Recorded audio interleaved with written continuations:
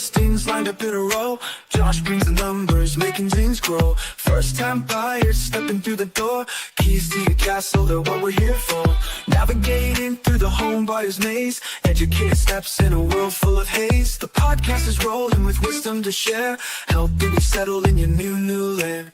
Navigating through the home buyer's maze. Educated steps in a world full of haze. The podcast is rolling with wisdom to share, helping you settle in your new lair. Jeb and Josh, they're paving the way. Dreams to reality, they make your day. From the first hello to the closing sign, your journey to home is looking divine.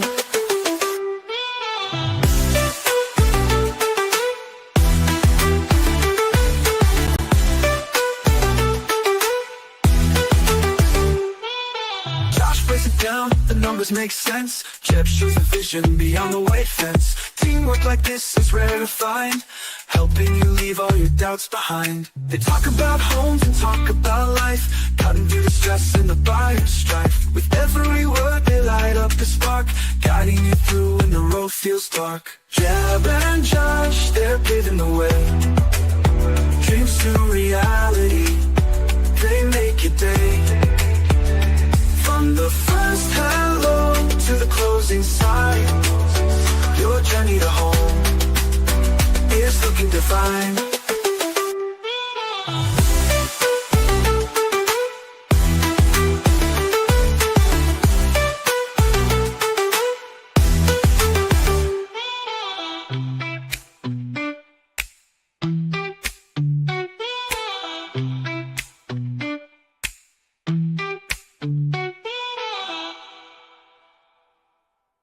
Happy Wednesday. Welcome back to the Educated Homebuyer Live. Josh and I have been separated here over the last couple of weeks. I've been traveling. Josh has been relaxing, taking the time off to enjoy himself. Vacationing in Michigan. Vacation in Michigan. Sounds delightful. Yeah. But we're back. The Educated Homebuyer Live is here. And we're going to be talking about Zillow's new home price forecast. We're going to be talking about what's happening in the housing market, buyers, sellers, inventory, what the Fed just did, and how it impacts you as a potential home buyer, seller in today's market. So, Josh, anything you want to get off your chest before we dive into tonight's episode? No, we're just gonna jump way deep into it because obviously it was a tumultuous day. The world changed and everything's different now. So if you can tell, I am not being in any way serious. Things look very different than yesterday, but big picture, absolutely nothing's changed.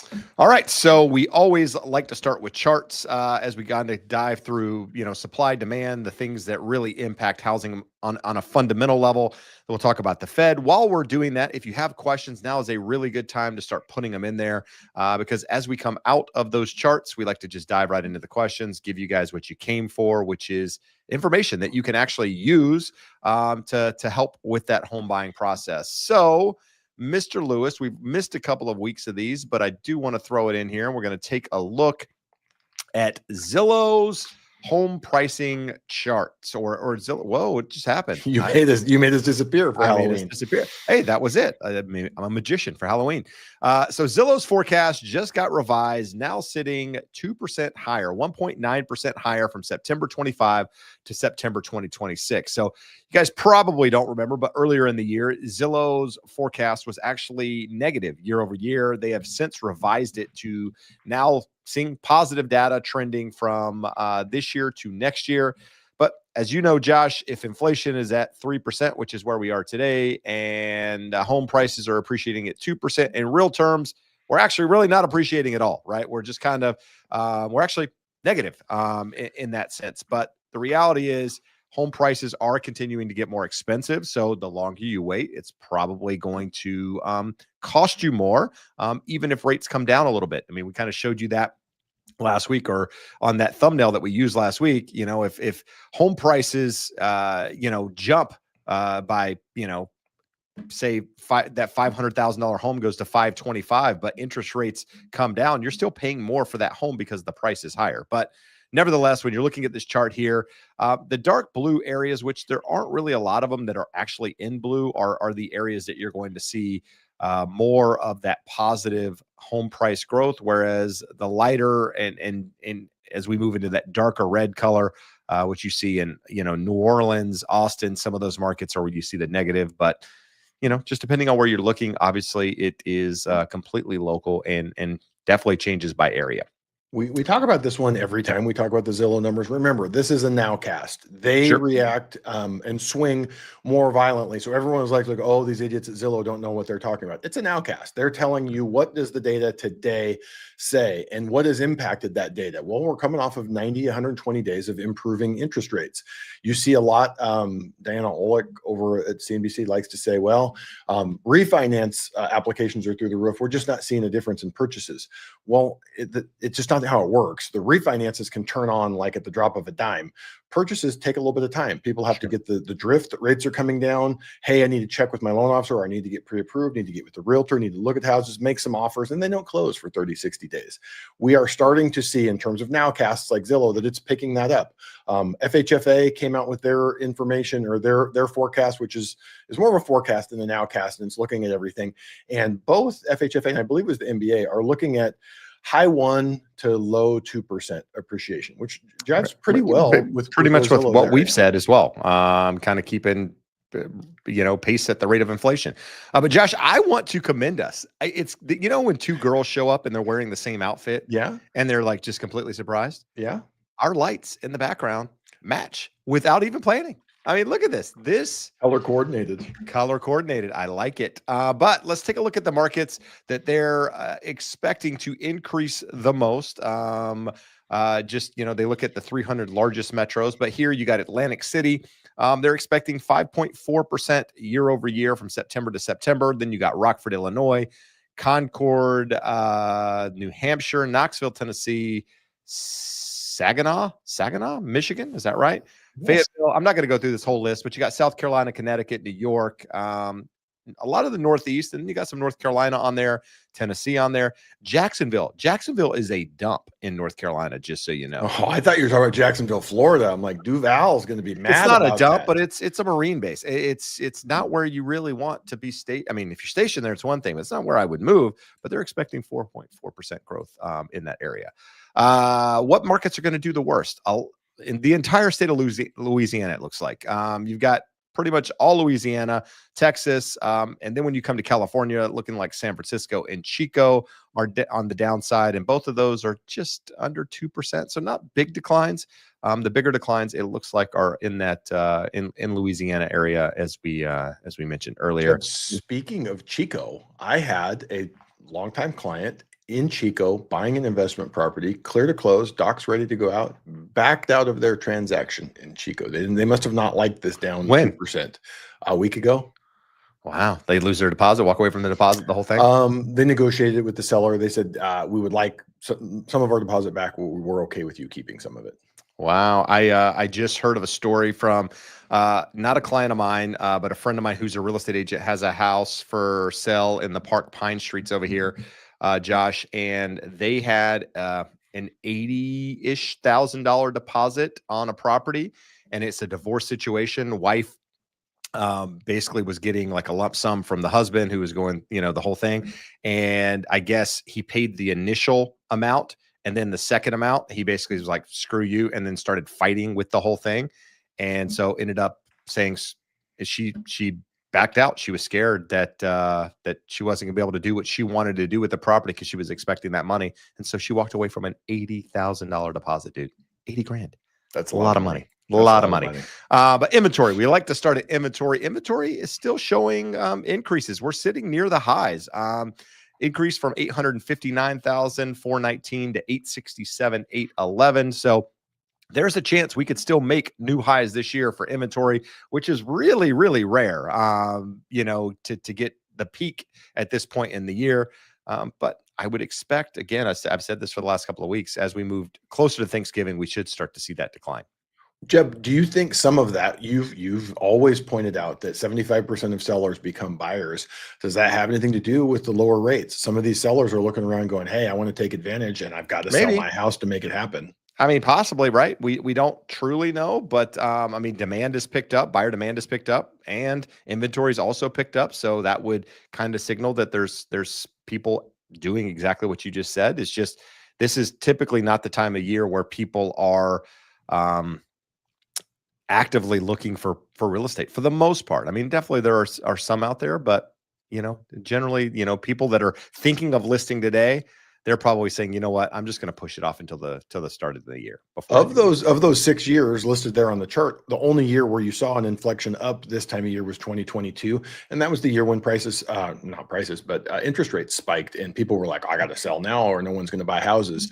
So definitely not a normal thing to see an uptick this year or this time of year. And the only explanation I can come up with it is that there are some people wanting to take advantage of the lower rates and get out and buy. Absolutely. What's happening in Orange County, Huntington Beach? So Orange County still declining, down 2.44% week over week. Now sitting at 4,176 properties. Huntington Beach at 265. It was down 1.13%. The highs for both of those are in for the year. I would expect inventory to continue to slow and move lower as we head and get closer to that holiday market. New listings, we actually saw a big spike this past week, which is why we saw inventory grow, right? We got new listings coming on the market, which, as you can tell from this chart here, that is not normal, just based on the last couple of years. No real reason that I know that it happened other than, it did happen. So we're just going to continue to watch it and see if it's a trend or if it's just something that happens one time. With that, Josh, as I said, pending sales also jumped. So maybe your theory is accurate, right? People put their homes on the market. People also went under contract about the same time. Is that the reason? Hard to say. Hard to say at this point. Percent of properties with price reductions sitting right at that 41.6% level, which is essentially where we've been since early September. Just kind of moving flat, moving sideways, not really a lot, of anything happening in that regard. Mortgage rate, or the spread rather, between the 10-year and 30-year fixed rate continues to, move, trend lower, kind of moving, I guess, sideways over the last couple of weeks, but we're still keeping it in that 2.23, 2.25, somewhere in that area, Josh, which is, why we've seen rates come down considerably when nothing's really happening out there. It would be very nice to see that spread get back under 2. It's still at the high end of the long-term range. Going back to 1972, 53 years, 54 years, 172 is the average. So I would love to see it in the 2s, or 199. You as a viewer would love to see it as well. Just yes, everyone would enjoy that. Trust me when I say that. So today we had a Fed meeting, Josh, and one of the headlines is that interest rates got cut by 0.25%. That does not mean your interest rate improved by 0.25%. In fact, interest rates probably got a little bit worse, which we could talk about here as we move into those rates at the end of the year. But what caused that, Mr. Lewis? We had a hawkish rate cut. So meaning that they did what was expected. They cut by 0.25%, but everything Powell said. And the funny thing is, some experts, friend of the show, Barry Habib, he gave us a long detailed list of why he was expecting a dovish cut, and the market to possibly rally off of this and move to new lows and low interest rates for you guys buying and refinancing. And we saw the exact opposite, just exactly what he did last month. Cut, came out with very hawkish commentary, and this was the money shot right here. The rate cut in December is far from a foregone conclusion. So the market had priced it in at about 90%. You're going to see here in a second, it's down to about 65%. So basically what we saw was front running the next cut. Everyone knew this one was coming and they weren't going to disappoint, but the front running of the next cut sort of got smashed in the face. And looking at it here, we just follow through. Like you can see this is a 15-minute chart. We normally show you a chart that's each one of those candles is one day. Each one of these is 15 minutes. So the market had been improving throughout the week and then kind of went sideways this morning. And as soon as he started talking, you could see that direction was going in the hawkish direction, where he's talking about, yeah, we're cutting, but we have no idea what comes next. We saw this run up. So the market had kind of stabilized by the end of the day. It'll be interesting to see what happens in the next week. So when you guys come back next Wednesday, see where this is at. That'll tell us more. So some sort of choice comments. He says today's cut was risk management. So he's making it sound like we didn't do this because we had to, because we needed to stimulate the economy. He says there's potential risk of slowing the economy. So we're going to do this to manage risk. Going forward is a different thing. If there's a high level of uncertainty, that could be an argument for caution on moving, meaning further cuts, which is why the market kind of backed off of that. We've moved 150 basis points. So between the 100 last year, 50 now, 150 basis points. Now that's in a range where many estimates of neutral rate live. What he didn't close with that is those are like the most aggressive estimates of where neutral is. Most everyone think neutral is another 50 to 100 basis points below where we are right now, but he's not wrong to think there are experts that think this could be construed as neutral. Follows up with data available suggests the outlook for employment and inflation have not changed much since September meeting. He says that, and that's important because we don't really have any data since that September meeting. No one really knows. I'm sure they have some data that we don't have, but no one has great data. In the near term, inflation risks tilted to the upside, employment risks tilted to the downside. Risks of more persistent inflation need to be managed. And then he followed with this. This was the one that threw me off, where everything is hawkish. This one he throws in, apart from tariffs, inflation is close to our goals. Again, I don't know how he's able to discern the difference between the two. Of what there is that's attributable to tariffs and what is just out and out inflation, but that's what he's saying. So here's the chart. Yesterday, did you see the number yesterday, Jeb? I think it was over 90. I did not. I haven't looked at this in a little bit. High 80s, low 90s for another cut in December, and now we're down to about 68%. Does that change things in the big picture? No, because the market now is at a 99% chance that either December or January we're going to get a cut. So big picture, that's what I'm talking about. Nothing changed today. In the short run, the pace of the trajectory lower may have changed, but nothing big picture did. And this chart shows you that green down channel, we are still firmly in the down channel. You can see those candles go up and touch the top before working their way down to the bottom. Back up to the top, work their way down to the bottom. So we're a little ways away from the top, but we could get 4 or 5 basis points worse. That's like 1/16% in interest rate. And that would likely hold. Now, if we blow through the top of that and we're getting some more information, which again, there's no data, government shut down, there's no data to push us through that. So I don't think we're going to go out of the top of that range. We're also going to have a hard time moving lower towards the bottom of that range until we get some data. What does that actually mean in the real world? Like we said, about an eighth worse over the day, 0.14 on the 30-year fixed rate, up to 6.25. Still, other than the last few days, the best rates that we've had in over a year, and some of the best in the last 3 years. FHA and VA loans down at 6%. We're still getting people locked under 6% that are well qualified, especially on the government stuff. So rates are great, but definitely worse. We last week we commented that all these arrows were green. Now we've got most of them red on the day and the week. So what I would say is, if you're on the fence, if you're the person who's been, I should refi, I could save a couple $100s a month, but you're like, I'm going to wait and see if I can save 300. We had a ton of people do that last year, and they missed out entirely. And they've been sitting here for a year and have lost out on $3,000-$4,000 of savings. So if it makes sense and you can do a lower and no cost refi, knock a couple $200-$400 off your payment, let's talk. Let's go through that now and not get greedy and miss a potential window like a lot of people did last year. They absolutely did. So with that, the red is the states. That's not a political chart. That are states that Josh is licensed in. The blue states are states that a member on the team is licensed in. But either way, we can help guide you. Just make sure you use that link scrolling in the bottom of the screen there. Or if you'd like, if you're one of those people who prefers to scan QR codes, you can scan that, and that'll take you to the same exact place and get you in touch with the team.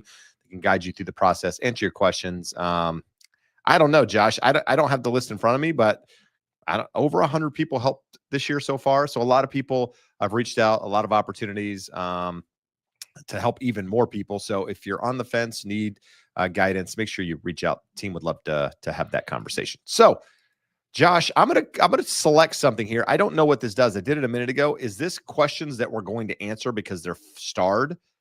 Is that what that is? Looks like it. Is that what it do? It could cues up a little on screen of yeah, like of something that we're potentially talking about, maybe. Well, I don't even know. I didn't star Dixieland's nice comments, and they're there, so I don't know. Oh, maybe they're just the next comments. I don't know. So we're gonna take that off because I truly don't know what it does. But StreamYard, new features from StreamYard. Yeah, so let's do this. Let's start with some questions, Mr. Lewis. And let's everyone out there, you wouldn't be watching two dudes talking about mortgage and real estate if you didn't have questions. If you have a question, throw one in the comments. We got a bunch of them. We're going to get through them. We'll get you hopefully some good and accurate answers that will help you. So I'm going to have to do something different here, Josh, because this is not allowing me to actually see the question because of how it's being written. So it adds complexity to everything here. Willing asks, would it ever make sense for a veteran to do a conventional loan if they are putting more than 20% down? Any reason that VA could be still a better loan? Subsequent use funding fees can be higher with 20% down, not so much. So an instance, you're saying 20% down in terms of buying. If you're doing a subsequent use cash out refi, that funding fee can be as much as 3.3%. So I've seen people do $700,000, $800,000, $900,000 cash out refis here in Southern California. If it's a subsequent use, you can pay a $27,000 to $30,000 funding fee. That's a hard one to chew off. That's about the only situation where it would make sense for a veteran to not use their benefit. Anyone who has a service-related disability that makes them exempt from the funding fee, you're always going to use the VA. If you were in a situation of secondary entitlement where you didn't have enough left, but if you have 20% down, that's probably still going to be okay. So very, very, very limited cases, and generally would be more likely in a cash out refi in a subsequent use situation. All right. Cameron's asking the age-old question of should I buy or should I wait? And the answer does not change, Cameron, regardless of what's going on. And that is, what are you waiting for? Are you waiting for lower rates? Are you waiting for lower prices? Are you waiting to improve your credit score, get your tax returns done, make more money? All of those things you have to contemplate. Not something Josh and I can answer here. But here's the thing. If you're waiting on the market to crash, you're waiting on foreclosures, you're waiting on delinquencies, you're wasting your time. If you're waiting because you're waiting on, affordability for you personally to improve because there's something that's going to change in your life, or you're not ready because, you're getting ready to change jobs or relationships or change girlfriends, locations, or maybe, girlfriends. Maybe you're changing girlfriends. Those are all reasonable reasons to wait. But other than that, it's, trying to pick the top or the bottom is a fool's game, and this is not the show for that.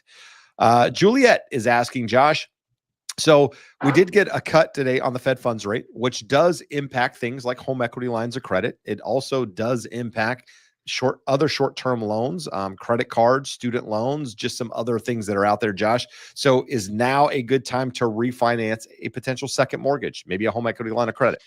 If it's a home equity line of credit, yeah. A lot of people took out home equity lines of credit when the fixed rate seconds were much higher, and it can make sense. So also, most of those people with home equity lines of credit or a fixed second, they took those out because they have a really good 2%, 3%, 4% first mortgage. So the blended rate is better than doing a new refinance. So you can refinance a second mortgage, and you would just want to look at where are the fixed rates relative to what your HELOC looks like. I mean, we're getting to the point where Powell's saying we're near neutral. Someone could consider it neutral. We probably have another 50 to 100 basis points of cuts. So that home equity line of credit should come down another 0.5 to 1% over the next year and a half, but no guarantees that they will. We got to see what happens from that end. So yeah, it could be a good time. It's always, numbers never lie. Run the numbers, check them out, see what makes sense.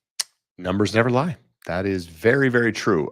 Josh, Pastor James, not Peter James, Pastor James is asking how the bond market is reacting to the result of today's news, which you did show the 15-minute chart there. But more importantly, let's just where did the 10-year end up versus where it started? Because it started just under 4%, or was it just over 4%? Just under. Okay. So for the better part of a week, we've been about that 398, 399, and we ended up at about 407.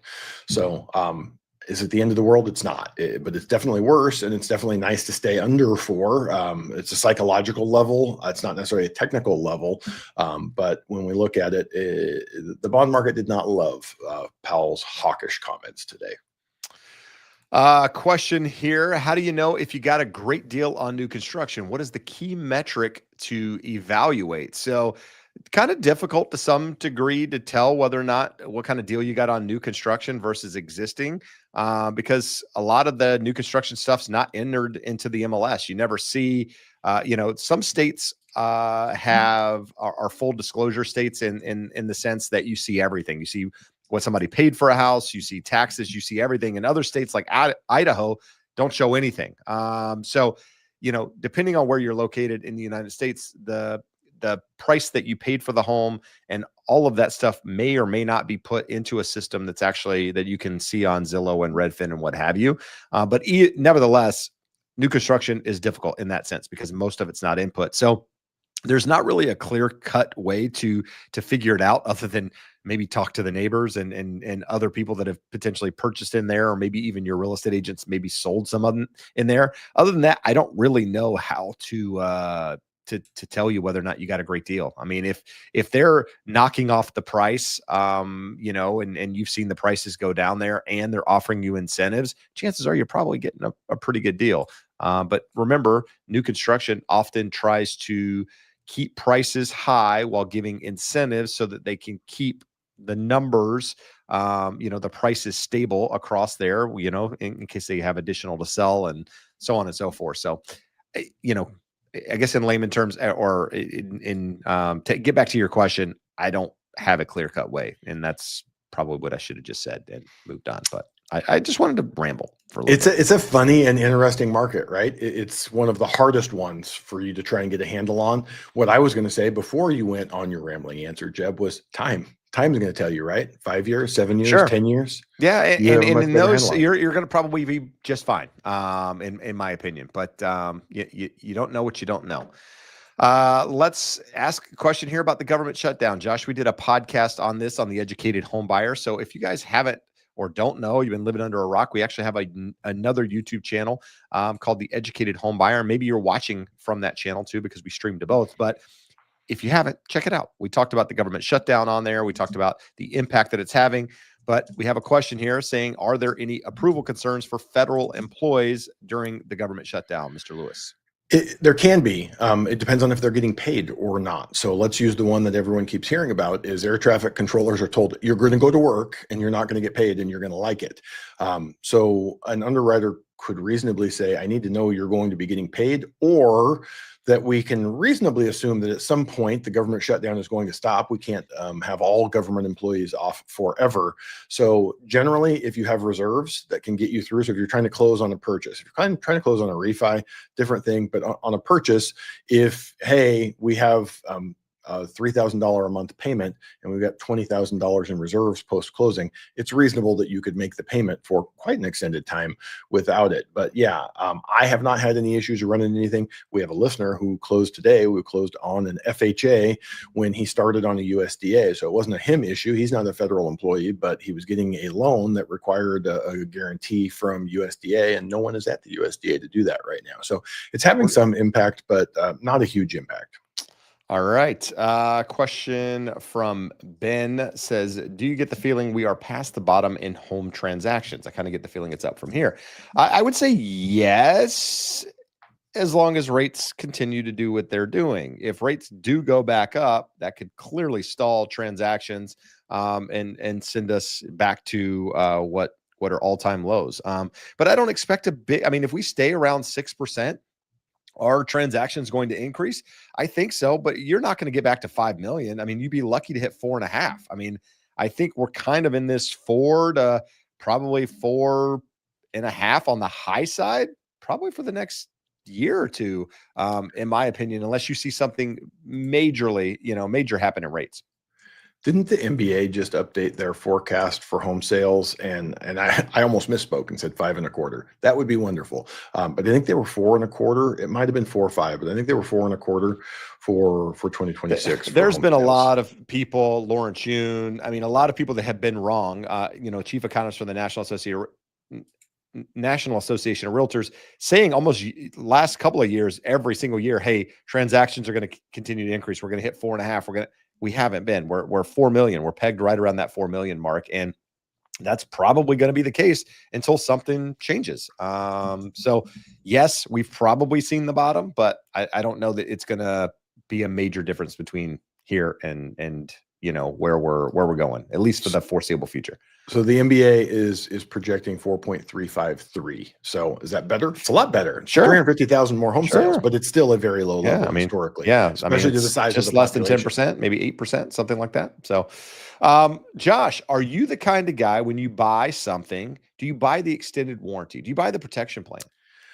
I self-insure. We talked about this. We did a show today where we talked a little bit about homeowners insurance. With homeowners insurance, all types of insurance, I always go with a high deductible, basically self-insure myself. So with stuff like this, I figure it's going to flame out. It costs as much to replace it as to repair it as it does to replace it. So I will generally forego this. So Jeb, you and I talked about whether we could throw a poll in here because we don't go directly through YouTube. So I teed this up, Jeb. I'm going to throw a poll out to the audience here and let's see what it does. It says it posted it. So if you guys can see it, you can vote and you can tell us if you are a protection plan buyer or not. What about you? Well, here's the thing is I am typically not a protection plan buyer. Just because if I buy something new, I think, why the hell do I need a protection plan? It's new. And my American Express does protect me to some degree on certain items and what have you. But what I will say is I talked to I have a tenant in a property that we've been dealing with a refrigerator issue, and the appliance repair person went out yesterday. And he told me, hey, it needs a new temperature control and a new sensor in it. And with labor and both of those items, it was going to be like $700 for this refrigerator. It's an older refrigerator. And I'm like, okay, so basically what you're telling me is we need a new refrigerator. And he goes, no, not what I'm telling you at all. He goes, this is an older refrigerator. He goes, if you repair this refrigerator will probably last you another 15 years. He goes, it's the old school style. He goes, a new refrigerator. He goes, today you buy a refrigerator, they're made to last like 5, maybe 7 years. And I'm like, are we serious? Like, this is crazy. If that's true, I realize, he might be, exaggerating a little bit. 16 years old and has never had an issue, like not a single issue. So mine is less than that, and it's had multiple. So maybe there is some truth to what he's saying. But anyhow, I can't see the poll, Josh, but I'm not looking at it on YouTube. We have a grand total of one answer. And which side do you think the one person that participated in the poll? Oh, we got two. So what do you think? How do you think 50-50. our two votes? It's 50-50. It is 50-50. The first go. one I know these people. Yes, and the second one said no. I'm a no. This is like my children. This is like my children. They just disagree to disagree. And I guarantee you that's what the second person did. They said, I'm going to make it. I saw that. I'm going the other way. Yeah.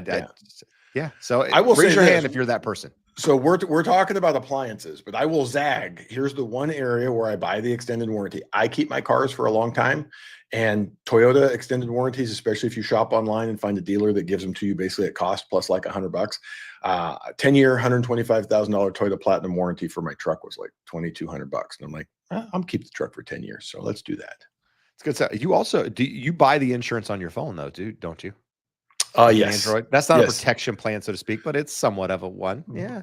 That I have control of. And as you've seen, it's been a long time. Jeb, it's been 10 years. Jeb invited me to the member guest at his previous country club about 10 years ago. I had a beautiful new Pixel phone. Brand new. I'd probably had it like a day. We sit down to have some breakfast and boom, right on the ground. It broke. So that is why I do. That lives in infamy. It just lives in my head. We now have 4 answers, Jeb, and it's 75% no. Just 75% no. Leave it open. We'll leave it open until the end of the show. All right. So got another question here. How does the current market compare to what you've seen the last 10 years? Are we in a buyer's market? Something else? I know it depends on where you are in the country, but in general.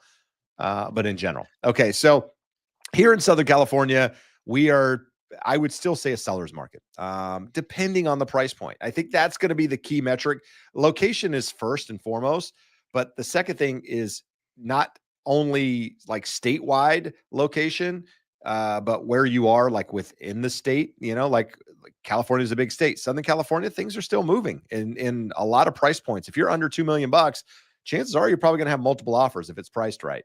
Whereas you might be able to go to San Francisco, some of these areas outside of the Bay Area, and it may be more of a buyer's market. So very difficult to say. But I think if we looked at the United States as a whole, I would say it's probably pretty neutral.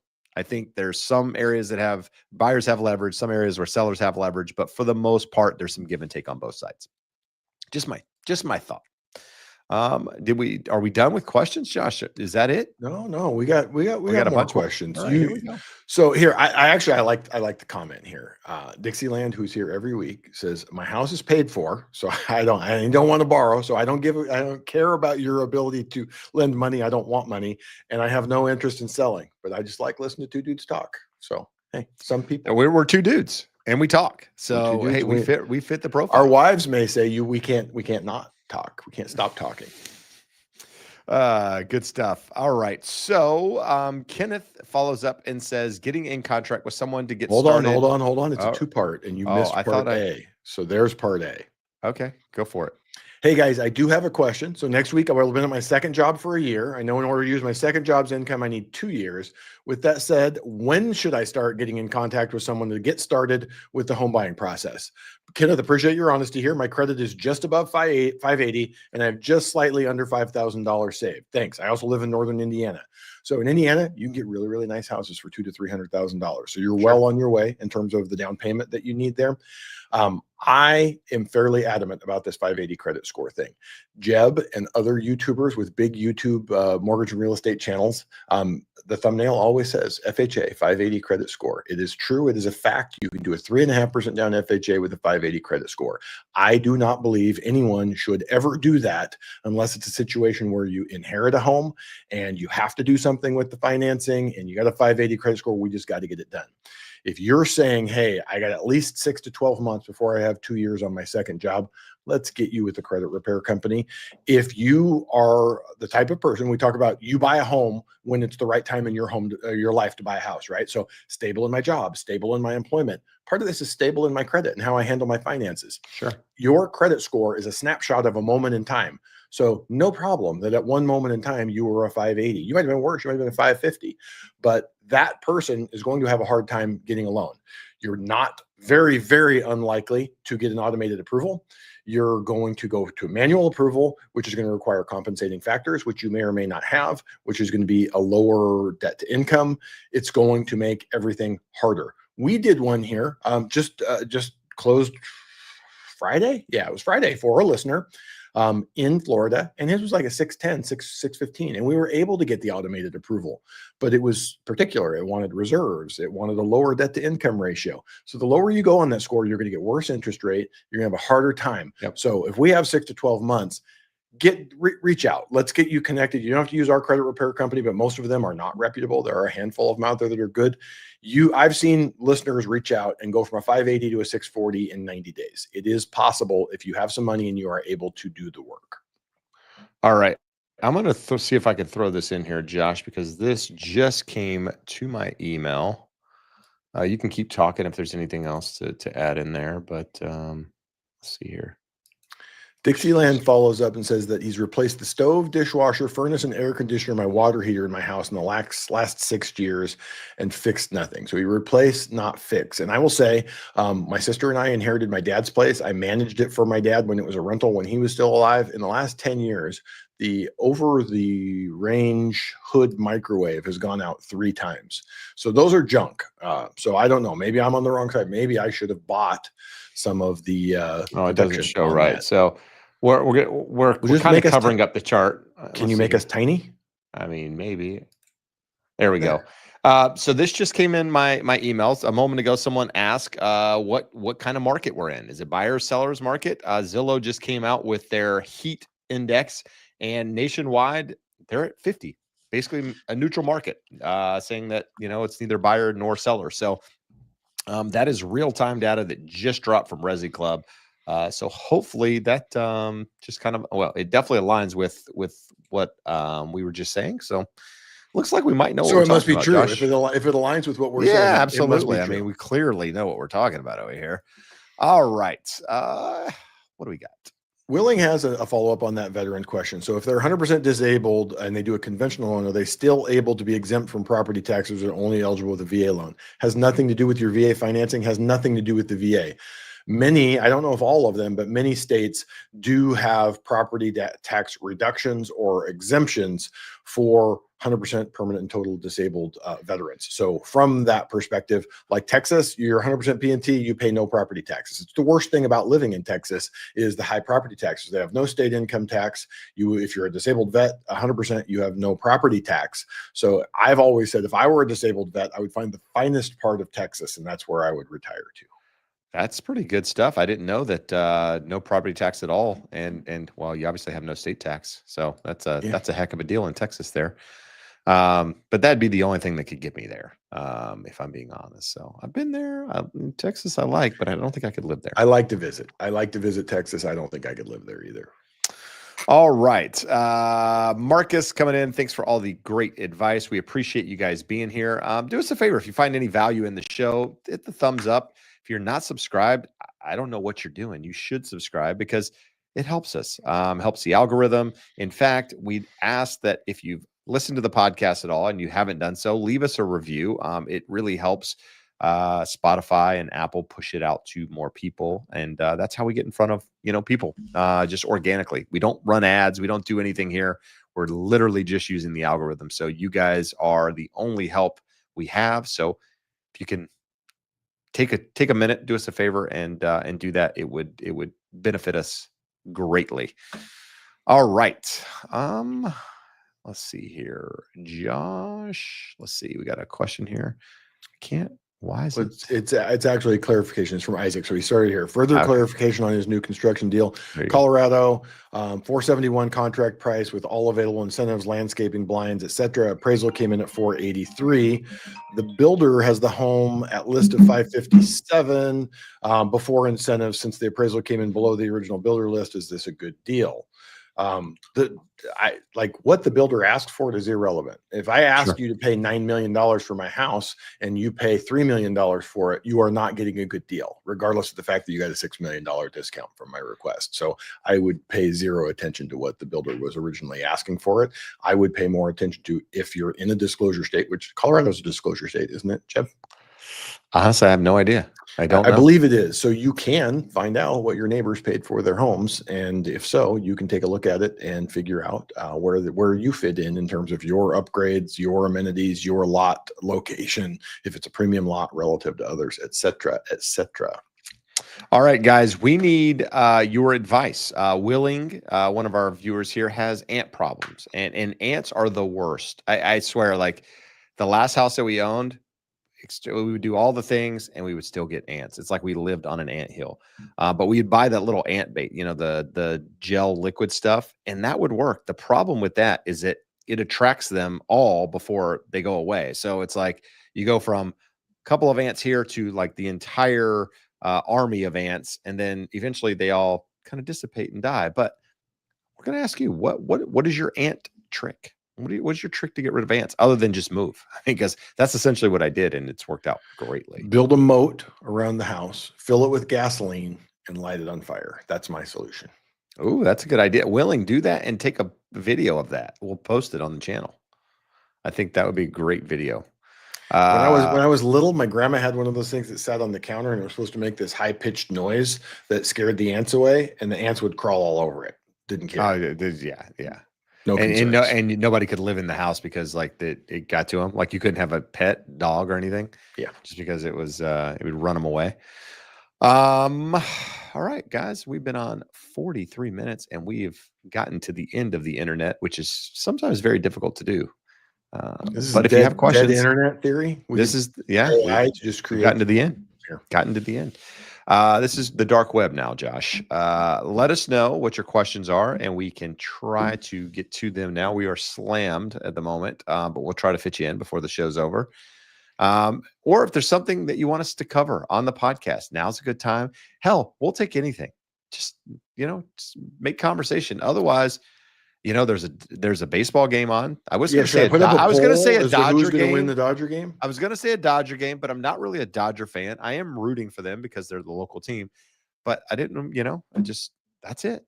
So there's a baseball game on that I would like to watch. But we're here rather to give you some answers to some questions. So Ben with another one says, do you offer good 30-year fixed loans to investors, Josh? Building ground up in California, good equity, low loan to value, but doesn't have a regular income, spaced out when sell one. Not sure. Yeah, don't know about the last part, but we don't have good 30-year fixed loans for investors, Jeb. We have the best, There you go. as President Trump would say, the best. So from that perspective, we have a handful of investors that have excellent terms, and excellent. Beauty is in the eye of the beholder, right? If you're an 800 credit score borrower and you make $1 million a year, and really we're just shopping on terms. For some people, that means, hey, you're a little outside the box. We need someone that sees it in your terms on investment loans. So definitely reach out if we can help on that. I thought we were going to make it through a show, Josh, without you freezing. We did not. You froze. But Joyce has more than ant problems. Centipedes, spiders, silverfish. My advice is to get an exterminator. You need an exterminator. You need more than bait. You need, like, you might want to burn it down, like Josh said. That might be the next step. But before you do that, you might try calling someone to come out and see what they can do to take care of it, because that can help. It can help. Josh, how does down payment assist? Did you freeze? You had to one up my freezing and froze it on me. So there you go. It's okay. I read the question while you were frozen. Okay, there we go. Yeah. How does down payment assistance work? If you want down payment assistance, you are truly, really looking for a grant program. A grant is someone giving you money. They're few and far between. We don't have any good ones in California. I've seen a few around the country. I've seen a good one in Tennessee. We had a buyer that was going to go, and they ended up not buying a home at all. But we had that dialed in for them, and it was a good one. So in a perfect world, you want a grant. If it's not a grant, you want a forgivable second, and forgivable in a short time frame, not forgivable in 10, 15. California is the California Housing Finance Agency. It's bond financing. They use that money. They give you a higher interest rate. They put a second and or a third mortgage on your home. And then they tell you you can't refinance because they won't subordinate and your home has to go up enough in value. So it can be some pretty strong restrictions on it. For most people, it's not an option that you want to pursue unless you don't have a down payment. You can't make it work otherwise. But definitely location specific, and you want to talk to someone who can help in your area, who can do the research and find out if there's any good programs. What I would say, Kenneth, is if you were interested and there were good programs, most of them have a minimum credit score of 640. They want to make sure they're going to credit-worthy borrowers. We got to get that credit score up. All right, Josh, debt to income. What is the high end that a lender is willing to take across conventional, FHA, and VA? So this is good. It's funny. Marcus Doswell, who popped up with a question here, he and I were texting about this, and he was unclear on this. So maybe this is a good topic for us. Maybe we should do a whole show on debt to income again, Jeb. But FHA, very common loan, 47%, 46.99 housing to income, for 56.99 total. So there's your housing to income ratio and then your total debt to income ratio. And FHA has two separate ones. USDA, and I don't want to misquote this, but it was 32% housing to income.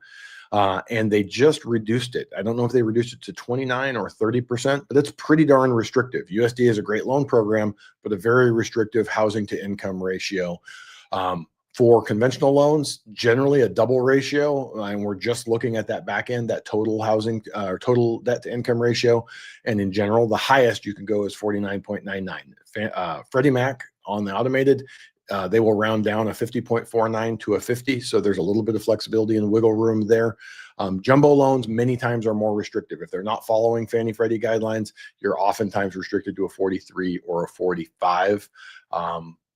I think we covered them all, Jeb. Oh, VA. VA does not technically have a maximum debt to income ratio if you meet the residual income requirements. All right. Question we never had before, Josh. When you're looking at someone's pay stub, if they get things like car allowances, anything like that, is that used as income or something separate? No, because it's an expense reimbursement. So there's an expense and you're getting reimbursed for it. So a couple things here. If there's an auto expense and you have an $800 car payment and you can show that you get $800 reimbursement, we can probably not count that debt against you because you're getting reimbursed. If you could show that it's taxed and you have this reimbursement, you have a $400 car payment and you get $800 added to every pay period, and it's taxed and taxable, then we could possibly make a case for the excess, the $400 being used. But for the most part, you're not going to be able to use it. All right. Good stuff. So, that's it. Marcus, thanks for the shout out there. Looks like we are pushing into the end of the show here. Not a lot of questions. If there's something you guys want us to cover, make sure you drop it in the chat now. Maybe if there's any last minute questions, drop it in the chat. If you found any value tonight, make sure you hit the thumbs up. More importantly, if Josh and I can be of any assistance to you, I do see a question there. We'll jump on it here in just a second. Make sure you reach out, use the link that's scrolling at the bottom of the channel right now, and speak to Josh and the team. Happy to take care of you. Make sure you get you to the finish line and answer any questions along the way. So, Josh, the fun part before we go to that, Jeb, is we have a new team member, and we wanted to make things as confusing as possible. So in addition to Jeb, the leader, making the phone ring, we have Jed on the team. So if you get connected to Jed when you call in, don't make the mistake that you're talking to the man himself, because Jeb is very different than Jed. But I can talk to you. I just, I'm not going to probably provide a lot of value without you talking to Mr. Lewis first and getting pre-qualified. But Ben said, did you catch the part where Powell confirmed that the Fed will stop quantitative tightening and start buying treasuries again? Sneaky Fed. Yes, we did. And unfortunately, the market just took it in stride and didn't do anything. And I think maybe partly because kind of mentioned it maybe a week or so ago, and maybe a little bit was priced into the market already. It's worse than that, Jeb, because he didn't do what they were hoping. He specifically said that the proceeds from mortgage-backed securities that were coming in would be reinvested into treasury bills. Bills are the shortest end of the curve. So they're saying they want to move short-term interest rates down. Mortgages follow more closely like 7-year, 10-year treasury bonds. And for that reason, if they're only buying the short end of the curve, it will steepen the yield curve, but it won't do anything for mortgage rates. So it is what it is. We were hoping that that would be helpful and a nice tailwind, but unless they change their mind in how they're going to reinvest the mortgage portfolio runoff, it is not helping us at all. And that's part of the negativity, in addition to the hawkish tone that the Fed had today. I did not see that part. Do have additional question here. Can the equity on the house that I am selling be used to cover the DTI to help qualify on a house? So the equity that you build doesn't have anything to do with the DTI. Really, it has to do with the loan to value, which brings the total amount that you're financing down, which will impact your debt to income ratio. So yes, the equity can be used to help offset, the affordability piece, but it's not exactly like you mentioned there. What I would suggest is maybe reaching out to Josh, having a conversation, and letting him walk through it and see exactly where you stand. And two ways, Jeb. I mean, your realtor brain goes, cool, you have this equity. Now you can put a bigger down payment. Let's say you have a bunch of debt. Let's say you walk away with $50,000. I can do minimum down on my purchase and use $40,000 or $30,000 to pay off all my debt. DTI. Yes. Yeah. So no. If you're looking at it that way, that is correct. But just it was the right answer. I'm saying there's two different ways we can attack it. If debt to income is a problem and you have equity coming out of a sale, we can make a bigger down payment, or we could actually go after the debt. All right. Good stuff, guys. Until next week. Adios. Amigos.